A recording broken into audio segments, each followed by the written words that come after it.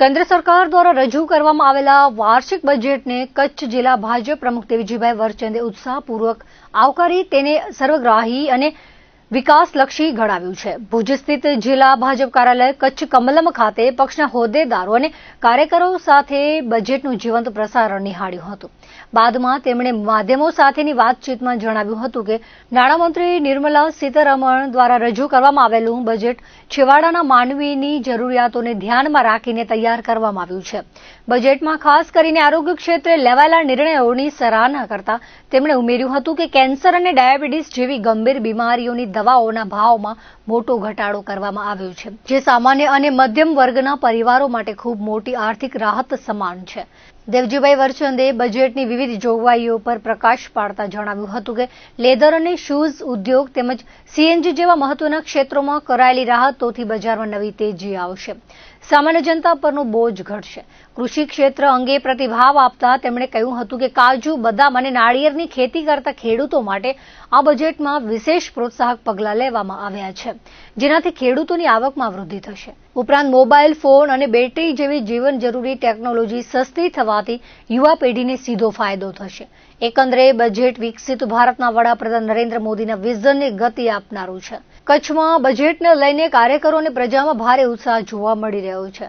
આ બજેટ દેશની અર્થવ્યવસ્થાને નવી ઊંચાઈઓ પર લઈ જશે તેવો વિશ્વાસ પણ તેમણે વ્યક્ત કર્યો હતો। આ વેળાએ મહામંત્રી નરેન્દ્રભાઈ પ્રજાપતિ, નગરપાલિકા પ્રમુખ રશ્મિબેન સોલંકી, જિલ્લા પંચાયતના પૂર્વ પ્રમુખ પારુલબેન કારા, ભુજ શહેર ભાજપ પ્રમુખ મિતભાઈ ઠક્કર, ભુજ નગરપાલિકાના ઉપપ્રમુખ ઘનશ્યામસિંહ ઠક્કર, હિતેશભાઈ ખંડોર, રાજેન્દ્રસિંહ જાડેજા, ભૌમિક વચરાજાની, માવજીભાઈ ગુસાઈ, નરેન્દ્ર ભાટિયા, ધીરેન લાલન, સંજયભાઈ ઠક્કર વગેરે હોદ્દેદારો અને કાર્યકરો હાજર રહ્યા હતા।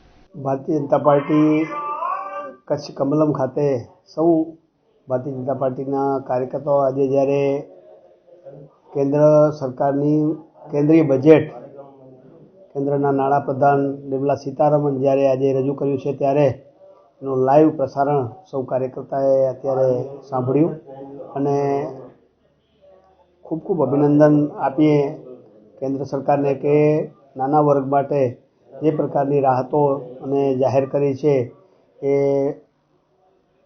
દવાઓ હોય, કેન્સરની દવા હોય, સુગરની દવા હોય, એ બધી દવાઓમાં જે મોટો ઘટાડો કર્યો છે અને નાના માણસોને રાહત આપી છે। એ પ્રકારે લેધર, શૂઝ છે, એમાં સીએનજીમાં આવા અનેક પ્રકારના ક્ષેત્રોમાં નાના ખેડૂતો માટે, કાજુ બદામની ખેતી કરતા હોય એના માટે, નારિયેળની ખેતી કરતા હોય એના માટે, અને આ પ્રકારની બેટરી છે, મોબાઈલ છે, એની બેટરી છે, એ બધું હવે ખૂબ સસ્તું મળશે। એટલે કુલ મળીને નાના માણસને રાહત થાય એવા પગલાં એ આજે આ કેન્દ્રીય બજેટમાં મળ્યા છે ત્યારે આખા જિલ્લામાં, સમગ્ર જિલ્લામાં ઉત્સાહ છે અને કાર્યકર્તાઓમાં પણ ઉત્સાહ છે। અને એ પ્રકારે જે વિકસિત ભારતની વાત લઈને નરેન્દ્રભાઈ આજે જ્યારે ચાલી રહ્યા છે ત્યારે એને અનુરૂપ બજેટ આજે આ કેન્દ્રીય પ્રધાન નિર્મલા સીતારમણે જે રજૂ કર્યું છે ત્યારે એ સૌ કાર્યકર્તાઓ અત્યારે એ લાઈવ સાંભળ્યું છે। કચ્છમાં ફરજ બજાવતા જિલ્લા વિકાસ અધિકારી દ્વારા મહિલા આચાર્ય સાથે અશોભનીય વર્તન અને ગેરબંધારણીય દબાણ કરવામાં આવ્યું હોવાનો ગંભીર આક્ષેપ કરવામાં આવ્યો હતો, જે અંગે રાજપૂત કરણી સેના કચ્છ અને રાજપૂત ક્ષત્રિય સભા દ્વારા આક્ષેપ કરવામાં આવ્યો હતો। આ મામલે સંગઠન દ્વારા જિલ્લા કલેક્ટરને સંબોધીને લેખિત રજૂઆત કરવામાં આવી છે, જેમાં અધિકારી વિરુદ્ધ કડક કાર્યવાહી કરવાની માંગણી દોહરાવવામાં આવી છે।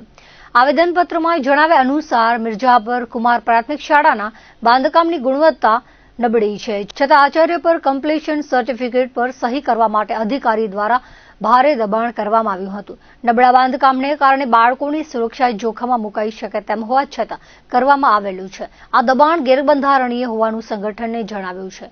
આવેદનપત્રમાં ઉલ્લેખ કરવામાં આવ્યો છે કે જિલ્લા વિકાસ અધિકારીએ મહિલા આચાર્ય સાથે વાતચીત દરમિયાન વાંધાજનક અને અપમાનજનક ભાષાનો ઉપયોગ કર્યો છે। એક તરફ સરકાર નારી શક્તિ અને મહિલા સશક્તિકરણના અભિયાનો ચલાવી રહી છે, ત્યારે જવાબદાર પદ પર બેઠેલા અધિકારી દ્વારા મહિલા કર્મચારીના સ્વમાનને ઠેસ પહોંચાડવામાં આવતા સમાજમાં ભારે રોષ જોવા મળી રહ્યો છે। આ મામલે યોગ્ય તપાસ કરીને સંબંધિત અધિકારી વિરુદ્ધ કાયદેસરની કાર્યવાહી કરવામાં નહીં આવે તો સંગઠન દ્વારા આગામી સમયમાં ગાંધીજીના માર્ગે ઉગ્ર આંદોલન કરવાની ચેતવણી આપવામાં આવી છે।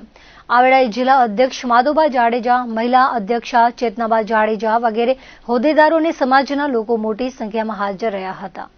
આજનું આવેદનપત્ર એટલે આપે કે જે વિલાસબા જાડેજા કરીને જે મિર્જાપરમાં આચાર્ય તરીકે ફરજ બજાવે એમનું ટીડીઓ સાહેબે બોલાવીને અપમાન કર્યું છે અને ખોટું કરવા માટેની ફરજ માટે મજબૂર કરતા હતા અને એમણે ના પાડી એટલે એમનું અપમાન કર્યું.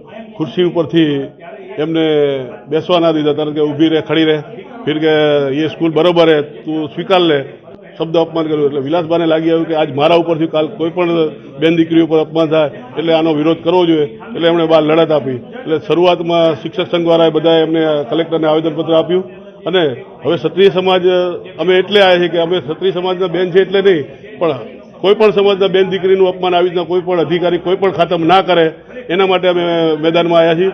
અને તમારા માધ્યમથી કહેવા માંગીએ કોઈ પણ બેન દીકરી સમાજની, કોઈ પણ સમાજની અને ક્યાંય પણ કોઈ પણ ખાતામાં ક્યાંય પણ શોષણ કે અન્યાય થતો હોય તો અમારો સંપર્ક કરે, અમે સાથ સહકાર અડધી રાતે આપશું. આપ બધા જાણો છો કે 5 દિવસ પહેલા જે ડીડીઓ સાહેબ છે તેમણે વિલાસબા જાડેજા છે તેમને સ્કૂલ મંજૂર કરી લેવા અને સહી કરવા માટેનું જે દબાણ કર્યું અને એના માટે જે અભદ્ર શબ્દો વાપર્યા એના માટે આ કચ્છ રાજપૂત ક્ષત્રિય સમાજ આજે આવેદનપત્ર કલેક્ટરને આપવામાં આવે છે. વિલાસબા જાડેજાને ખરેખર હું અહીંયાથી અભિનંદન આપું છું કે એક આજે આવા જે શબ્દો વાપરવામાં આવ્યા ઉદ્ધતાઈથી એના સામે એને પ્રતિકાર કરી શક્યા. કારણ કે જે બાળકોના ભવિષ્યની વાત હતી કે સ્કૂલની પરમિશન જે છે એના માટે સહી કરવી હતી, પણ વિલાસબાઈએ કીધું કે હું બાળકોના જિંદગી સાથે ચેડા ન કરી શકું, એના માટે એ દીકરી અમારા સમાજના જે દીકરીબા છે એને પ્રતિકાર કર્યો છે ડીડીઓ સાહેબ સાથે. એ બદલ અમે પણ ગૌરવની લાગણી અનુભવીએ છીએ કે તેને ખૂબ જ એક સારી વાત તો કરીને, કારણ કે બાળકોના ભવિષ્યની વાત હતી, એને પોતાનું પર્સનલી તો કંઈ હતું નહીં અને એના માટે હિંમત જોઈએ છે આવી પ્રતિકાર કરવા માટે. ઐતિહાસિક અને સાંસ્કૃતિક વારસા સમાન ધોળાવીરા ખાતે સીમા સુરક્ષા બલ દ્વારા રોડ ટુ હેવન રન મેરેથોનનું આયોજન કરવામાં આવ્યું હતું. બીએસએફની સ્થાપનાના 60 વર્ષ પૂર્ણ થતા હીરક જયંતિ વર્ષની ઉજવણીના ભાગરૂપે હાઈ એન્ડ્યુરન્સ રન ઇવેન્ટ યોજવામાં આવી હતી. કાર્યક્રમનો મુખ્ય ઉદ્દેશ્ય ફિટનેસ, રાષ્ટ્ર ગૌરવ અને ભારતની સરહદી વિસ્તારનું વ્યૂહાત્મક તેમજ સાંસ્કૃતિક મહત્તાને પ્રોત્સાહન આપવાનો હતો. મેરેથોન અંગે વિગતો આપતા બીએસએફના આઈજી અભિષેક પાઠકે જણાવ્યું હતું કે વર્ષ 1965માં બીએસએફની સ્થાપના થઈ હતી. હવે તેને 60 વર્ષ પૂર્ણ થયા છે. આ હીરક જયંતિ વર્ષ નિમિત્તે વર્ષ દરમિયાન વિવિધ કાર્યક્રમો યોજાશે, જેની શૃંખલામાં દોડનું આયોજન કરવામાં આવ્યું છે. કાર્યક્રમમાં ગુજરાત સરકારના પ્રવાસન વિભાગ, સ્પોર્ટ્સ ઓથોરિટી ઓફ ઇન્ડિયા અને સ્થાનિક વહીવટી તંત્રનો પણ વિશેષ સહયોગ પ્રાપ્ત થયો હતો. મેરેથોનમાં 10 કિલોમીટર, 30 કિલોમીટર અને 60 કિલોમીટરની અલ્ટ્રા રન એમ 3 શ્રેણીઓ રાખવામાં આવી હતી. દોડમાં દેશભરના વિવિધ રાજ્યોના નામી દોડવીરો અને એથ્લેટ્સ ઉપરાંત સરહદી વિસ્તારના સ્થાનિક યુવાનોએ પણ મોટી સંખ્યામાં ભાગ લીધો હતો. 11 થી 12 વર્ષના બાળકોથી લઈને વડીલોએ પણ મેરેથોનમાં ભાગ લઈ ફિટનેસ પ્રત્યેની પોતાની જાગૃતિ દર્શાવી હતી. દરેક શ્રેણીમાં ઉત્કૃષ્ટ પ્રદર્શન કરનાર દોડવીરોને ઇનામો આપી સન્માનિત કરવામાં આવ્યા હતા, જેમાં ડિફેન્સ પર્સનલ માટે ખાસ કેટેગરીના એવોર્ડ્સ પણ રાખવામાં આવ્યા હતા. વિશ્વ ધરોહર સાઇટ ધોળાવીરા અને સફેદ રણની વચ્ચેથી પસાર થતા આઇકોનિક રોડ ટુ હેવન પર દોડવાનો અનોખો અનુભવ દોડવીરો માટે યાદગાર બની રહ્યો હતો. बीएसएफ की तरफ से रोड टू हेवन मैराथन का आयोजन किया गया. बेसिकली ये पूरा वर्ष हम बीएसएफ की हीरक जयंती मना रहे हैं.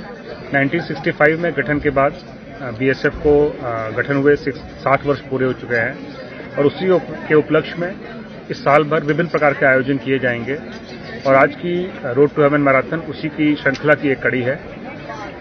आज के इस आयोजन में हमें Gujarat government, tourism department, sports authority of India, यहाँ के लोकल एडमिनिस्ट्रेशन, पुलिस सभी का बहुत अच्छा सहयोग मिला और इसमें 30 किलोमीटर, 10 किलोमीटर की रन्स के साथ साथ 60 किलोमीटर अल्ट्रा रन का भी आयोजन किया गया.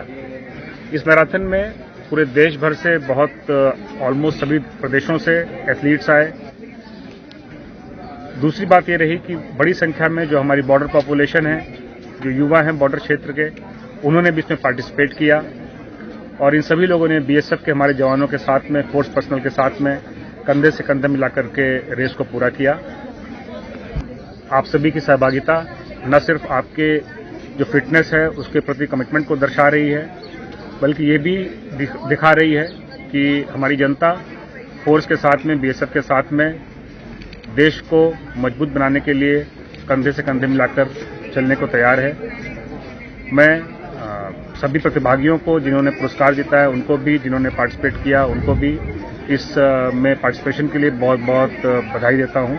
हम दिल्ली से आए हैं।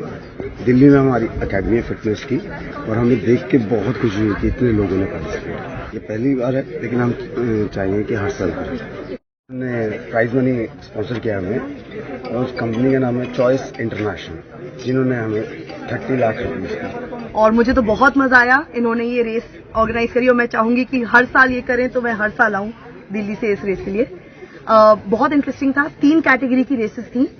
अल्ट्रा मैराथन तो थी 60 किलोमीटर की, मैं दाद देती हूँ जिन्होंने वो रन किया।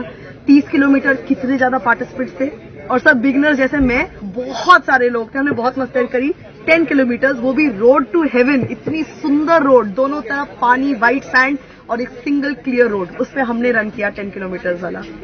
We have arranged this for the first time, such a big event at a very remote area, to try and bring people awareness about Dholavira and its heritage, and also to promote fitness and ultra running.